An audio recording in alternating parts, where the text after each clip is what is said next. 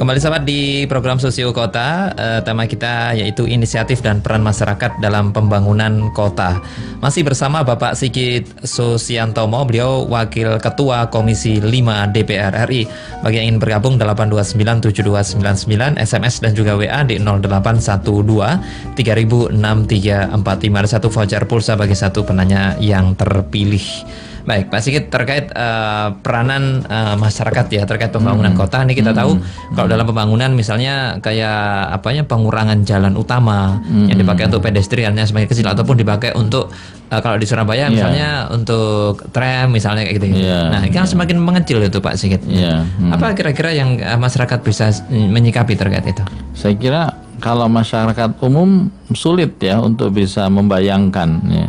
Memang harus para ilmuwan, profesional, praktisi transportasi gitu.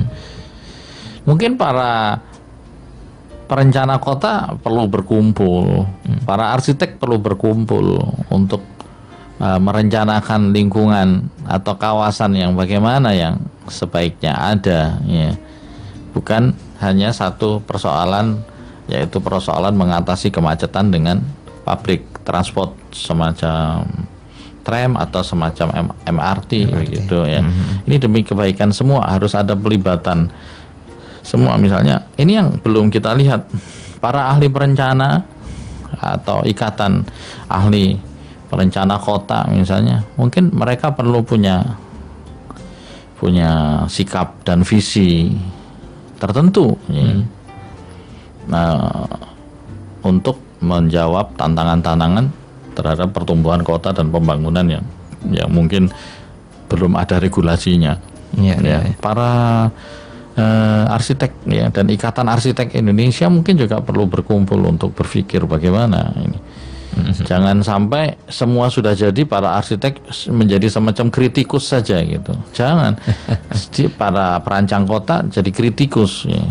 Sekarang ini kan memang ada para perancang kota yang ikut dalam tim untuk merencanakan itu. Ya. Tetapi saya masih melihat kepentingan dan keinginan itu tidak sepenuhnya mewakili basis ilmu para pakar perencana kota. Apakah memang kota seperti ini yang kita inginkan, yang cocok untuk Indonesia gitu misalnya. Banyak pejalan kaki seperti kota, trotoar lebar-lebar seperti kota-kota di Eropa. Mungkin kalau di Eropa suasana sejuk, enak, memang jalan kaki itu nyaman gitu. Ya. Lalu bagaimana dengan di kota-kota tropis seperti di Indonesia ini, panas kan? Harus ada pohon, ada pohon ya. Baik. Nah, tinggal bagaimana, apakah seperti itu? Saya kira ini penting. Ini inisiatif ini akan terus berjalan, bahkan inisiatif ini dipengaruhi oleh terorisme. Tadi saya katakan dipengaruhi oleh kemajuan teknologi seperti transportasi online ya kan. Di beberapa negara taksi online ini berhasil mengurangi kemacetan kota gitu. Membuat jalan-jalan nggak perlu lagi jalan-jalan lebar ya. Ininya saja, trotoarnya saja dilebarkan, karena dengan mudah kita bisa mencari taksi dengan online ya, sambil jalan bisa online untuk kemudian kita ketemu di ujung sana misalnya begitu. Itu gampang dan itu mempengaruhi ya perancangan kota. Nah, terorisme pun mempengaruhi gitu. Kok bisa itu Pak? Karena sekarang ini tren terorisme kan menabrakkan mobil gitu, menabrakkan truk, menabrakkan mobil ke para jalan kaki gitu kan. Berarti kan harus ada desain trotoar yang aman, misalnya penuh dengan pohon-pohon, ada semacam barrier pohon-pohon sehingga tidak bisa truk langsung nabrakin orang-orang nyelonong begitu misalnya gitu. Atau melakukan pengetatan terhadap kendaraan yang lalu lalang di dalam kota sehingga membuat tidak semua orang bisa membawa kendaraan sampai masuk ke kota. Saya kira ini mempengaruhi desain dan perencanaan serta perancangan kota ke depan. Nah, pertanyaan dan persoalannya adalah ketika para ilmuwan ini kurang begitu berperan. Ini mereka harus kumpul, harus ini Pak, ikatan atau asosiasi perancang kota, arsitek, asosiasi lanskap gitu ya kan, atau asosiasi para ilmuwan lingkungan, ya, mungkin perlu mengadakan pertemuan-pertemuan, seminar-seminar dan mengadvokasi masyarakat ya, sehingga masyarakat bisa menikmati pembangunan ini dengan berimbang. Ya, ini yang kurang saya kira. Ya, saya masih mencatat ini sebagai sesuatu yang harus ditumbuhkan. Lagi ya. Jadi peran serta ilmuwan dan pakar ini bukan hanya menjadi bagian dari pemerintah atau swasta, ya, tetapi mereka perlu juga jadi bagian dari sektor ketiga. Ya. Baik. Jadi berkumpul dengan pakar, sesama pakarnya membicarakan sesuatu untuk masyarakatnya gitu. Ini yang saya kira menarik ini. Itu lebih membuat hidup menjadi lebih hidup gitu. Pak Sigit, kita akan jawab pertanyaan ini ya dari pendengarnya sesuai mungkin dengan yang Pak Sigit sampaikan tadi, bahwa ini Pak Joko di Surabaya dalam pembangunan kota ternyata ada beberapa sektor masyarakat ini yang tidak peduli Pak Sigit dengan proses pembangunan yang sedang dilakukan oleh pemerintah. Bagaimana menurut Bapak dengan adanya masyarakat yang tidak peduli terhadap pembangunan? Apakah ini Pak, kalau dilihat tadi ya, public sector sama private sector, oke lah, mereka agresif sekali begitu. Apakah Anda pikir sektor 3 atau sektor ini agak kurang peduli gitu Pak Sigit dengan pembangunan, atau bagaimana nih? Emang kepedulian warga terhadap kotanya itu perlu dibangun, perlu ada inisiatif pula gitu.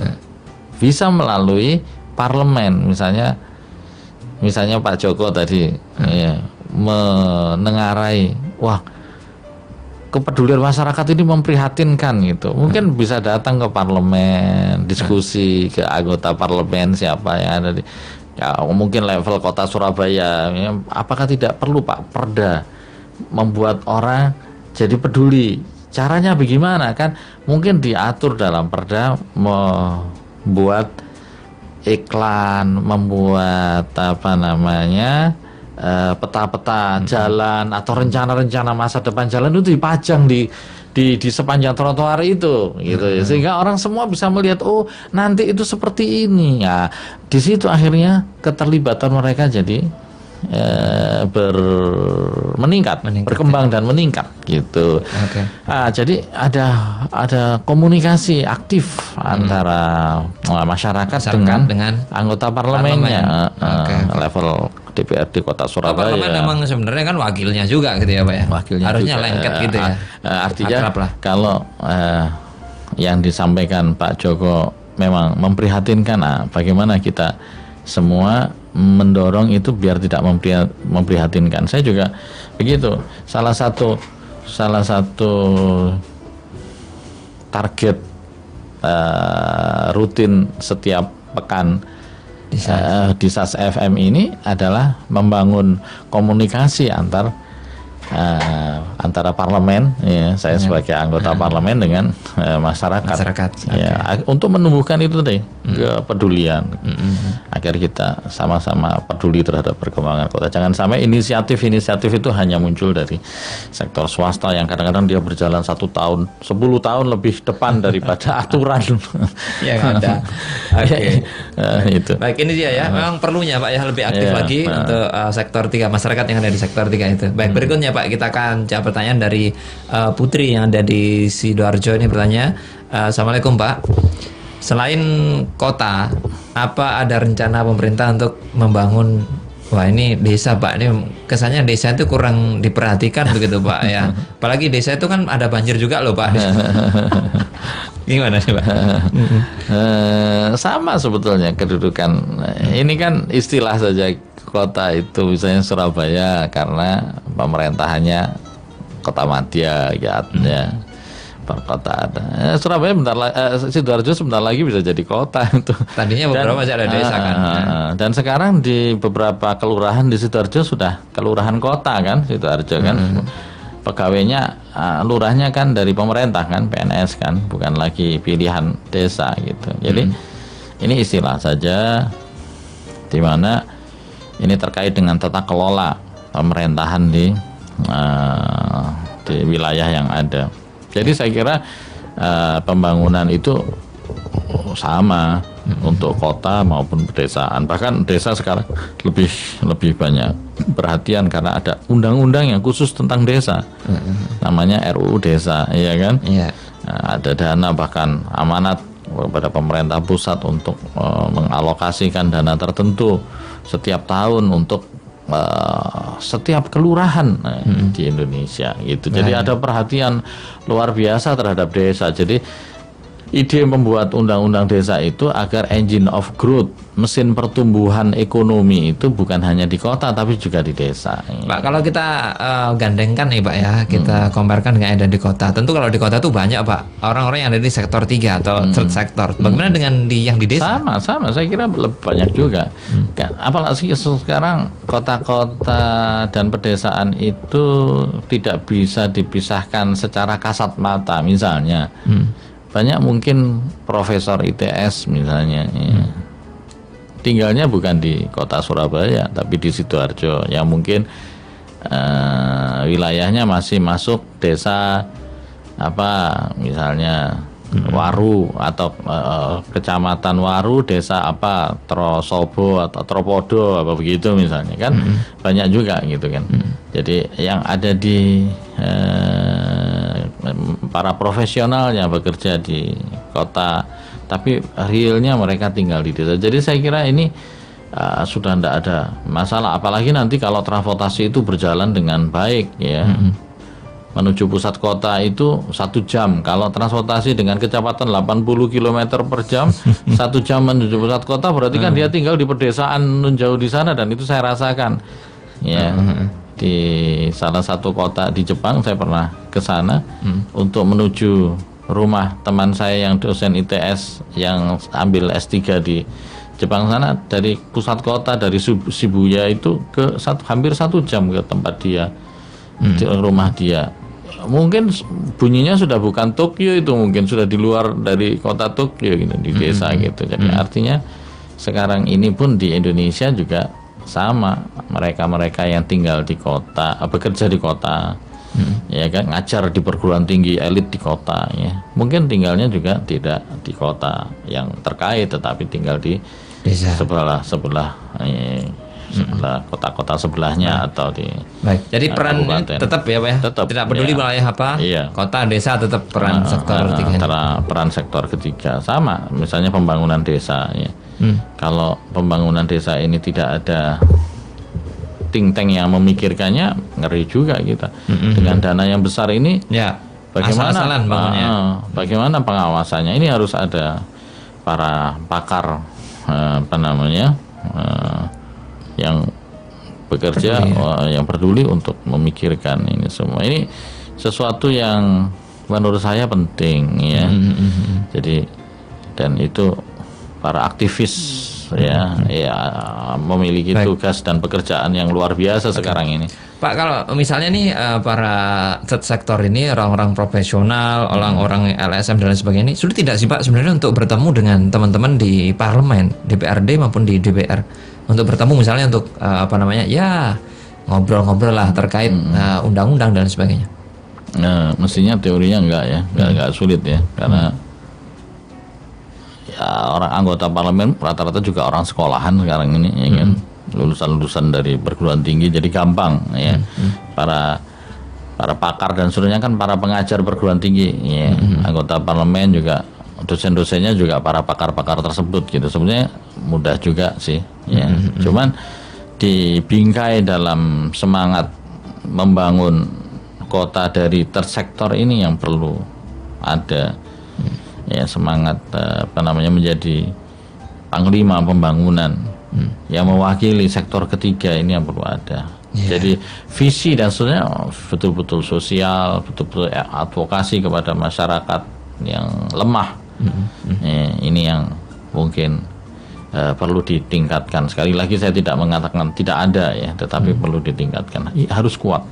Jadi menurut saya bahkan kami membuat regulasi tentang partisipasi publik dan private sector dalam pembangunan ya, di dalam undang-undang terkait dengan penggunaan tanah. Ada undang-undang